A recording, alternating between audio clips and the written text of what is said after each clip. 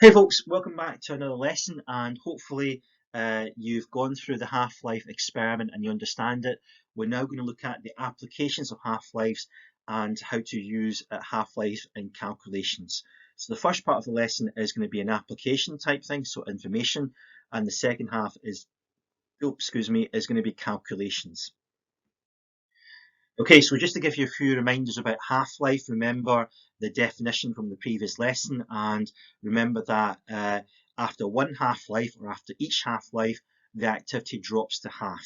So if the original activity was 100 becquerels, then after one half-life it would drop to 50, after the second one it would drop to 25, 12 and a half, so on and so forth. Okay, so that's a wee bit of revision for you from the previous lesson.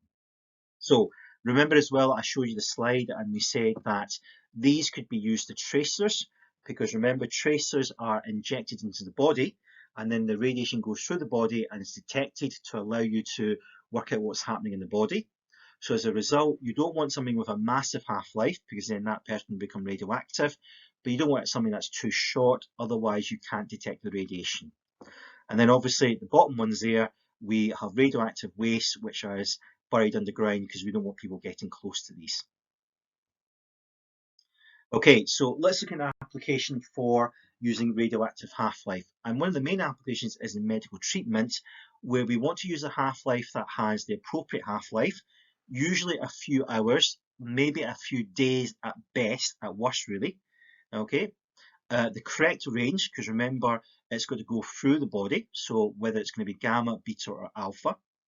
So for diagnosis, you generally want a short half-life in minutes or even an hour, and you want the correct range, which is gamma or beta.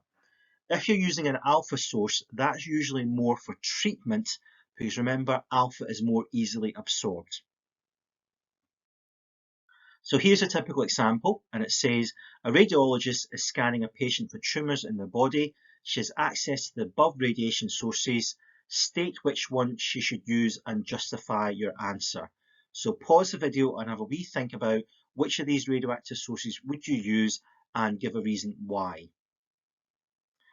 Okay, hopefully you've tried that. Let's look at the answer on the next slide. Okay, so I've got my table here with information. And the answer is iodine-131, because it's a gamma source, which means it can be detected outside the body. I could use sodium-24 because it's 15 hours. However, the problem is it's an alpha radiation source, so even though it would last a really good time, it wouldn't be able to penetrate through the body and we wouldn't be able to detect it as well as the gamma one. So this is why we're not using sodium-24. Okay, and notice my justification is the half-life is reasonably long, so it can be detected, but not too long that it can cause serious harm to the patient. Now, as a result of that, we definitely wouldn't use bismuth because it's got too short a half-life. We definitely wouldn't use cobalt because it's got too long a half-life. So notice how you can justify it in lots of different ways, and you're expected to be able to do that. Okay, let's get on to the calculations now. Now for all the calculations, I want you to draw this table here. And there's three headings in this table: number of half-lives, so that's mean how many times a half-life has happened, the time, and the activity of the source. Now, if you follow this technique for doing half-life calculations, you should be able to do any type of calculation they throw at you. This isn't the only way to do the calculations, but I find if you use this table, it helps you to keep track of all the information and it just makes your life easier. If you like, it's like a learning routine like your KFC. Okay, so let's look at the first thing they could ask you to do, which is to calculate the activity of a source. So here's our first example. A radioactive source has an activity of 200 kilobecquerels. The source has a half-life of 5 hours and decays for 20 hours. What is the final activity? Now notice there's a lot of information here, and this is where the table comes in really handy. So I've drawn my table. The time starts from 0 because we know at the end it's 20 hours. That's how long it's been allowed to decay for. The starting activity is 200 kilobecquerels. We can convert this into becquerels if we want, but as you'll see, we can get away with just keeping it in kilobecquerels. So this is the first stage that I want to do. So write this down so you can follow what I'm doing.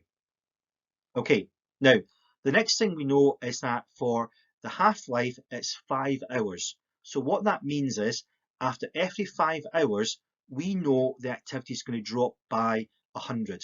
So let's fill in our table. Okay, so we know that after every 5 hours, one half-life will happen. And we've got 20 hours, so that means there are 5, 10, 15, 4 half-lives that are going to happen, including the 20, right? Make sure you know how I got this row here. All I'm doing is I'm saying if it takes 5 hours for one half-life to happen, and I've got 20 hours, that means at 5 hours, 10 hours, 15 hours, and 20 hours, I know a half-life has passed.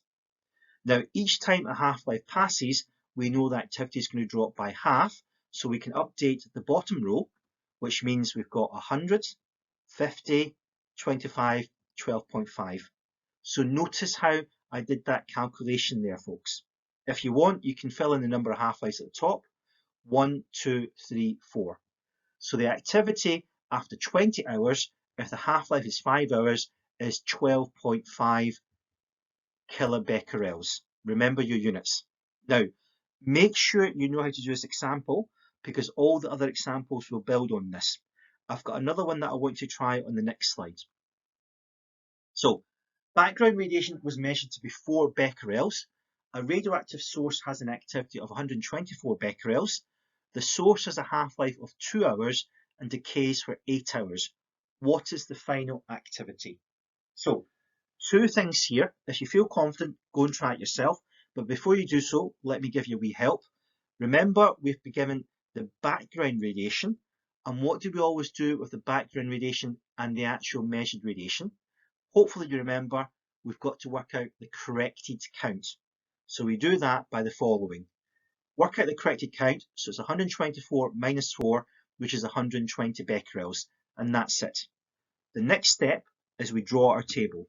Okay, so notice number of half-lives, time, and activity in. Now it shouldn't be kilobecquerels. I've just cut and pasted from the previous slide, so I'm just going to put becquerels there. Okay, so I'm just going to blank out the kilobit. Now, once we've done that, we fill in the information from the table. We know the time is going to start from 0, and we know it's going to decay for a total of 8 hours. We know that the starting activity is 120 because that's the corrected one. We always use the corrected count for our calculations. So we then fill in the missing rows. So first of all, we know that one half-life takes 2 hours. So that means after one half-life, time will be 2 hours. After 2, it'd be 4. After 3, it'd be 6. And then finally, we reach our total time, which is 8 hours. So notice how I'm always going up in the same number of steps as the time for one half-life. Now, after one half-life, we know that the activity is going to half. So the 120 is going to become 60, 30, 15, and then 7.5. You can then fill in the number of half-lives if you want. You don't have to because we're not asked that. And that tells us the final answer is 7.5 becquerels. So don't forget to put your units in your final answer. Notice this is the exact same method as before. The only difference was I had to do the corrected count. But once I worked out the corrected count, I drew my table.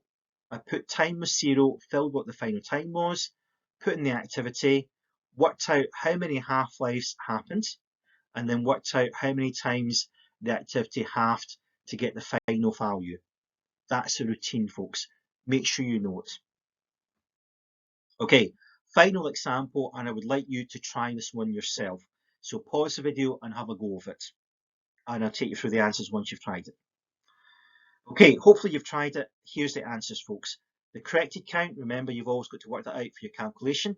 258 minus 8, which gives you 250 becquerels.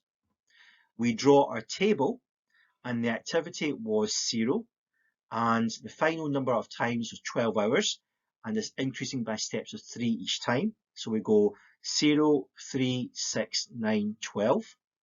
The activity started at 250, but after each half-life we know it halves, so it goes 125, 62.5, 31.25, 15.625, which we round to 15.6 becquerels. So that is our final answer. So notice again, exact same routine as before, we've just changed the numbers slightly. If you're not sure how to do that calculation, please watch those 3 examples again, write them out, try and follow me as I write them out, folks, and hopefully it will make sense.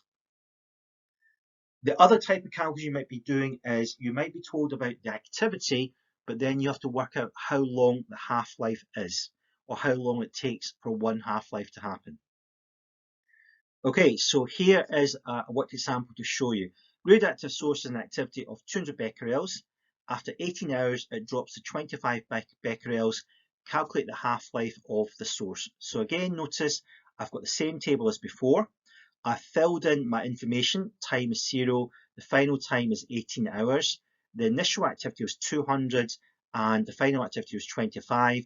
And I've worked out the middle values. And notice it takes me 2 steps to get from 200 to 25. So I've gone from one half-life, 100, the second half-life to 50.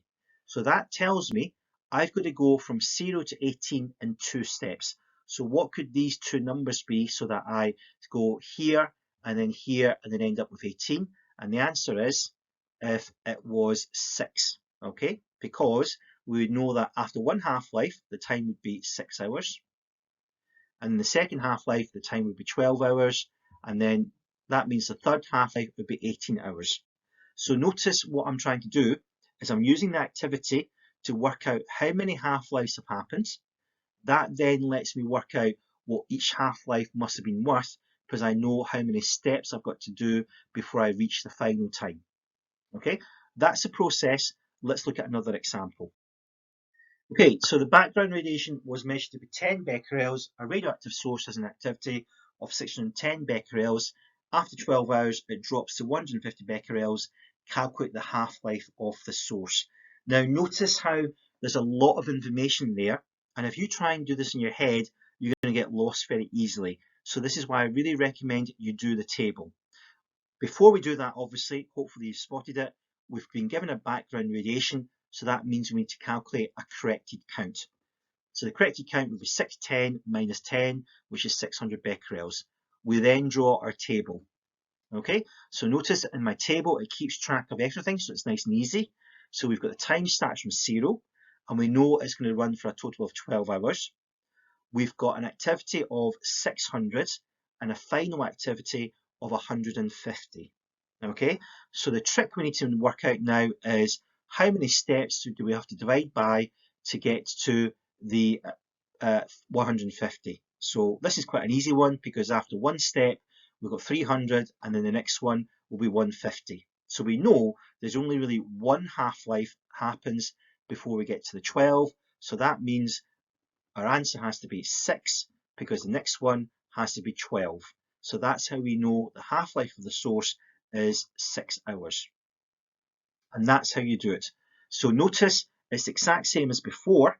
We're working out how many times we have to divide this by half to get to the final activity.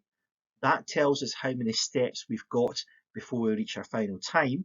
And then we work out from the number of steps what each step is worth. So that's how you do these calculations. Here's a final one that I'd like to try yourselves, and then I'll show you the answer. So pause the video and have a wee go of it, and then I'll show you the answer. Okay, hopefully you've tried it, and this is the answer. We do the corrected count first. We then draw our table and plug in the numbers as usual. And then finally, we do our activity. So it's 250, 125, 62.5. I've rounded the final one up because it's not an exact number. But that tells us I've got 1, 2, 3 steps before I reach 12. So what could I go up in that would give me 12? So it would be 3, 6, 9. And that means the half-life is 3 hours. Okay, so the answer there is that the half-life is 3 hours. And that's how you do your half-life calculations.